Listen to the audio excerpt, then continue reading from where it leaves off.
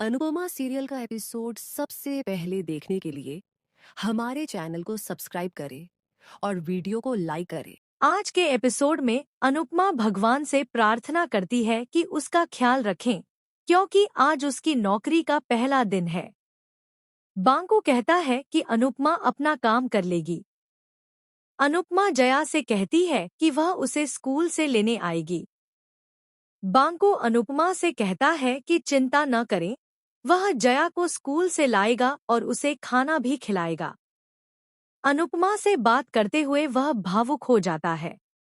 अनुपमा बांकू से पूछती है कि क्या हुआ। बांकू बताता है कि वह अनाथ है।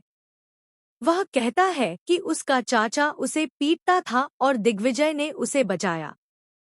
अनुपमा बांकू से पूछती है कि क्या दिग्विजय ने उसे बचाया। बांकू कहता है कि दिग्विजय उसे अपने घर ले आया और उसे कुछ नियम और शर्तें बताईं, जिनका उसे पालन करना होगा। अनुपमा कहती है कि भगवान की योजना अप्रत्याशित होती है। वह कहती है कि उन्होंने दो अजनबियों को मिला दिया। अनुपमा दोस्ती की बात करती है। बांको और अनुपमा एक दूसरे को गले लगाते हैं।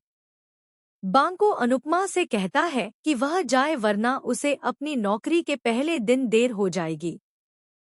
अनुपमा हाउसकीपर बन जाती है। पॉल रोजी को टिफिन देने का फैसला करता है। रोजी कर्मचारियों से अच्छे से काम करने को कहती है, क्योंकि वह किसी को भी गलती करते नहीं देखना चाहती। वह कर्मचारियों को हाजिरी लगाने के बारे में बताती है। पॉल अनुपमा को देख लेता है। वह अनुपमा के खिलाफ रोजी को भड़का देता है। अनुपमा पॉल को लेकर चिंतित हो जाती है। रोजी पॉल को दिलासा देती है। अनुपमा अपनी नौकरी को लेकर चिंतित हो जाती है। बोस दिग्विजय से दवा लेने को कहते हैं। दिग्विजय बोस से अनुपमा और जया को वापस भेजने को कहते हैं। बोस कहते हैं कि जया देविका की बेटी है। वे कहते हैं कि अनुपमा और जया अच्छी हैं। बोस सालगोंडा चैंपियनशिप के बारे में बात करते हैं। वे दिग्विजय से पूछते हैं कि क्या वह इस बार भी भाग लेंगे। दिग्विजय चौंक जाते हैं। अनुपमा कमरा साफ करती है। मेहमान आपस में कहते हैं कि सफाई कर्मचारी कभी-कभी चोर होते हैं। अनुपमा को बुरा लगता है। वह कमरा साफ करके बाहर चली जाती है।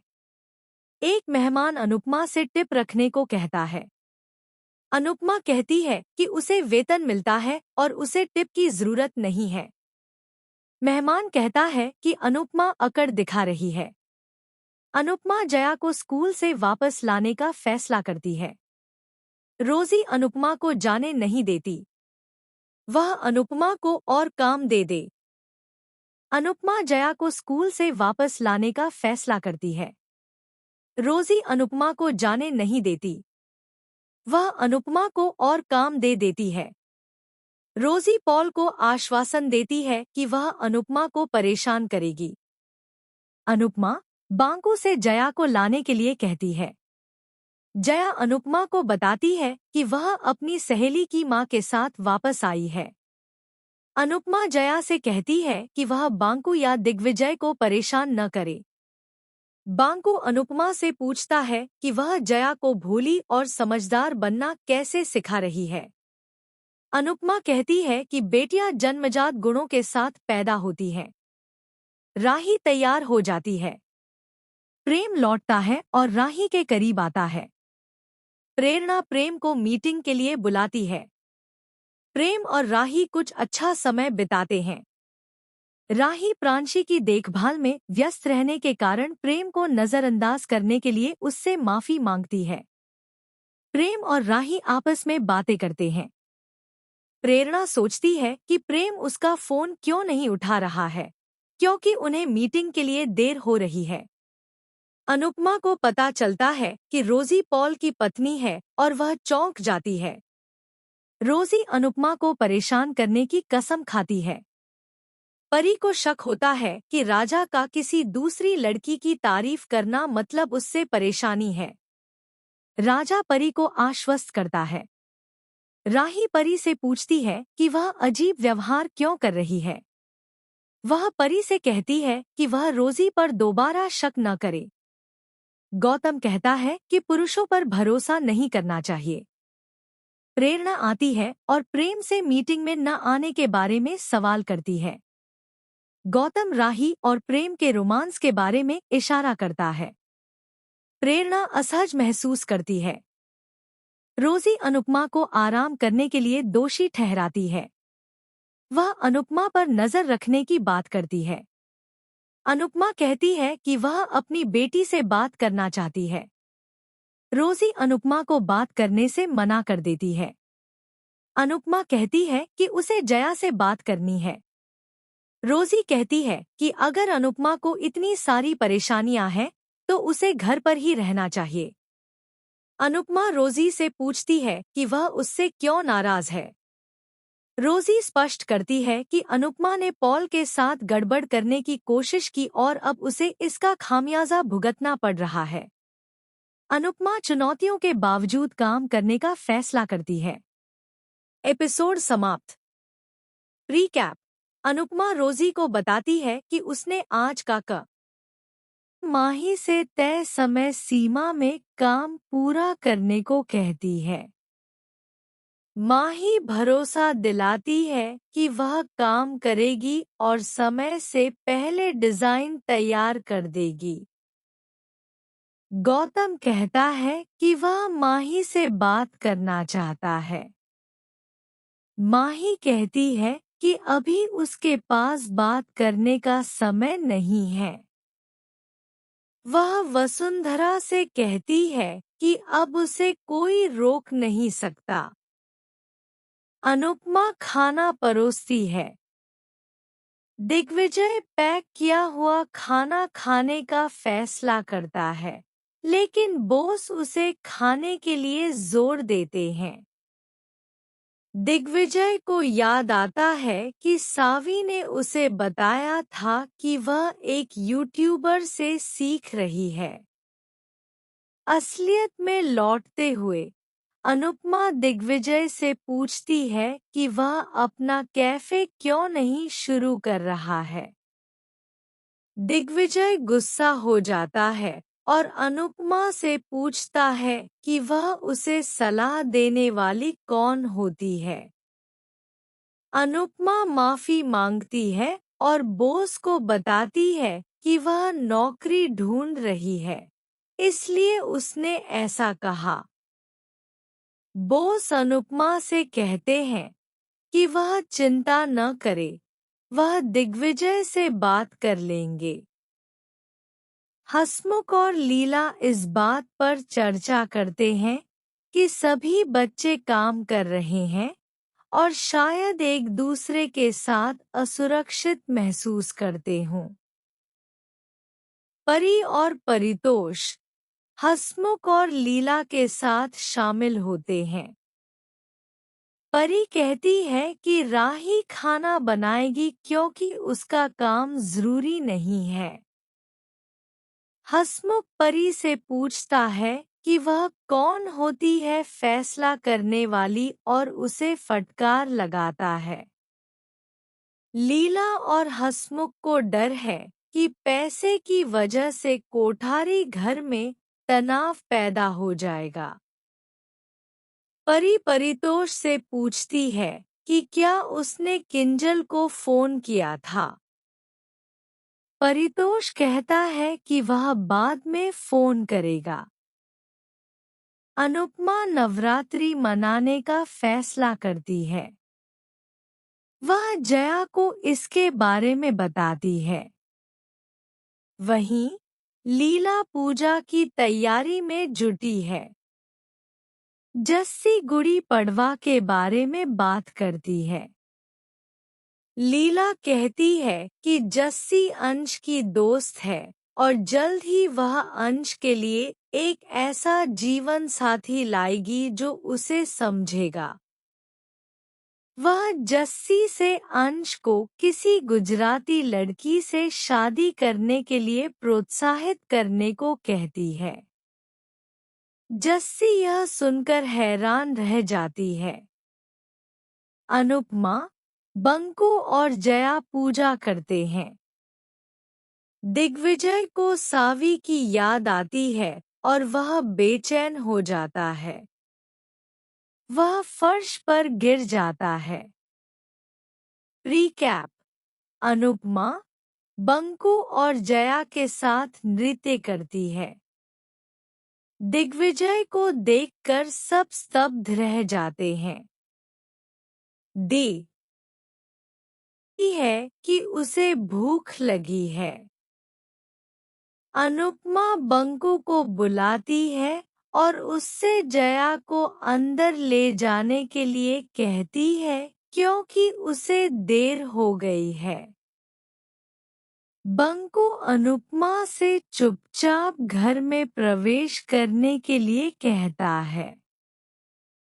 दिग्विजय अनुपमा को ढूंढ लेता है।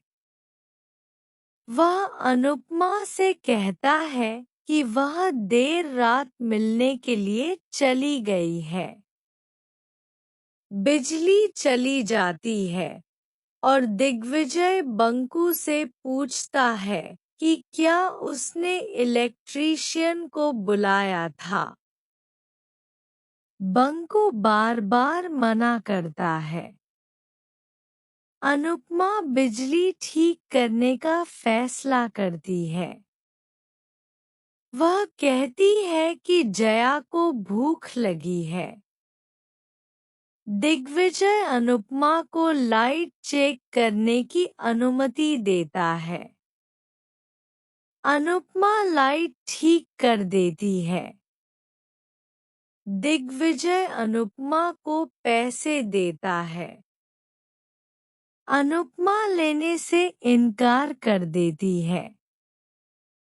दिग्विजय अनुपमा को चेतावनी देता है कि वह रात को देर से न आए। वह बंकू से अनुपमा को पैसे देने के लिए कहता है। अनुपमा पैसे लेने से इनकार कर देती है।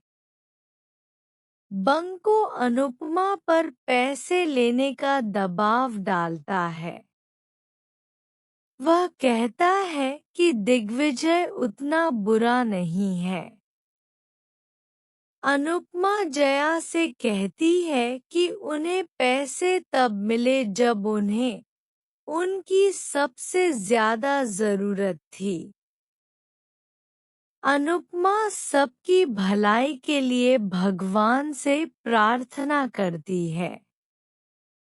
वह कहती है कि भगवान सोचेंगे कि वह सिर्फ मांगे ही करती है। अनुपमा कहती है कि उसे हमेशा भगवान का साथ प्राप्त है, इसीलिए वह प्रार्थना करती है। वह जया को जगाने के लिए कहती है। अनुपमा जया को जगा देती है। वह जया से नए दिन के लिए भगवान का धन्यवाद करने को कहती है। अनुपमा जया के लिए एक सुंदर पोशाक लाने का फैसला करती है। वह शांतिपूर्ण दिन के लिए प्रार्थना करती है। ख्याति प्रेरणा से समय पर कॉफी पीने को कहती है। प्रेरणा कहती है कि वह हमेशा कॉफी पीना भूल जाती है। ख्याति को पराग की याद आती है और वह कहती है कि वह काम में इतना डूबा रहता है कि अपना ख्याल रखना ही भूल जाता है। प्रेरणा कोठारी परिवार के लिए शुभकामनाएं देती है।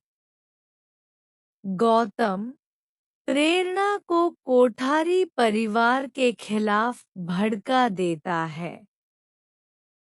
प्रेरणा गौतम को चेतावनी देती है कि वह उसके करीब न आए। माही बीच में टोकती है। गौतम माही से कहता है कि वह हर बार उसका पीछा करना बंद करे। राही बीच में बोलने ही वाली होती है कि प्रेम उसे रोक देता है। बांको को लगता है कि दिग्विजय अखबार पढ़ रहा है और उसे जल्द मोबाइल फिसल जाता है और वीडियो कॉल शुरू हो जाती है। कॉल देखकर मायरा चौंक जाती है।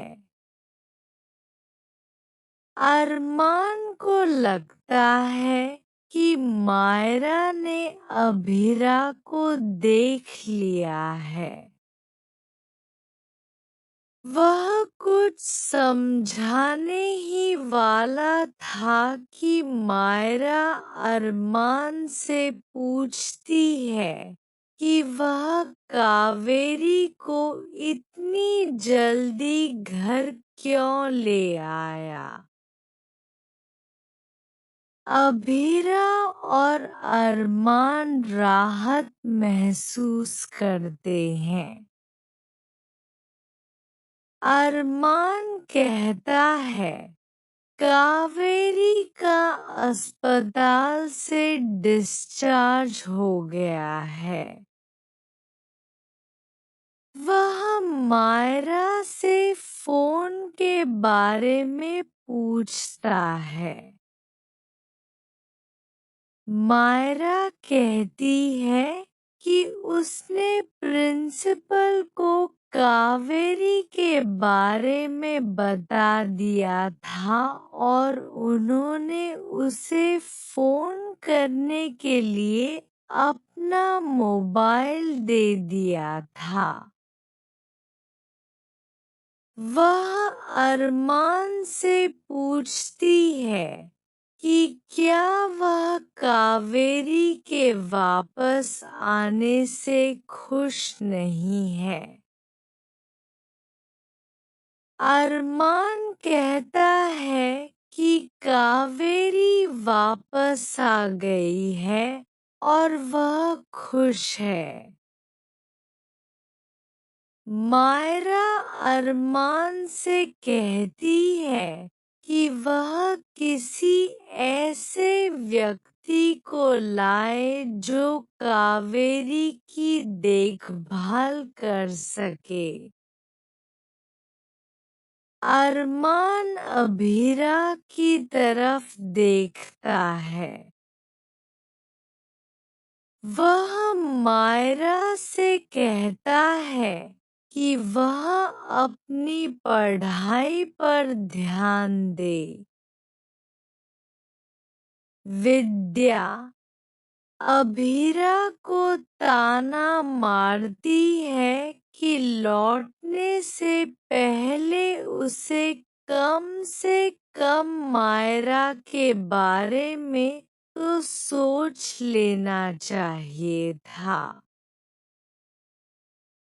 वह अभीरा से पूछती है कि क्या उसने सोचा है कि मायरा के आने पर वह क्या करेगी। माधव कहता है कि मायरा के बारे में बाद में सोचेंगे। अभीरा कावेरी की सेहत की जांच करती है। अरमान खुद जांच करता है और कहता है कि वह अभीरा पर भरोसा नहीं कर सकता। संजय कहता है कि अभीरा 8 साल बाद किसी मकसद से लौटी है। मनीषा कहती है कि अभीरा बदल गई होगी। तान्या कहती है कि पोद्दार परिवार अभीरा पर कैसे शक कर सकता है जब वह कावेरी के लिए घर लौटी है। काजल कहती है कि अभीरा बदल गई होगी। माधव पोद्दारों से अभीरा के बारे में गलत धारणाएं बनाना बंद करने को कहता है। मनोज कहता है कि वह माधव की बात से सहमत होता, लेकिन अभीरा 8 साल बाद लौटी है और यह संदिग्ध लग रहा है। माधव वहां से चला जाता है। काजल विद्या से कहती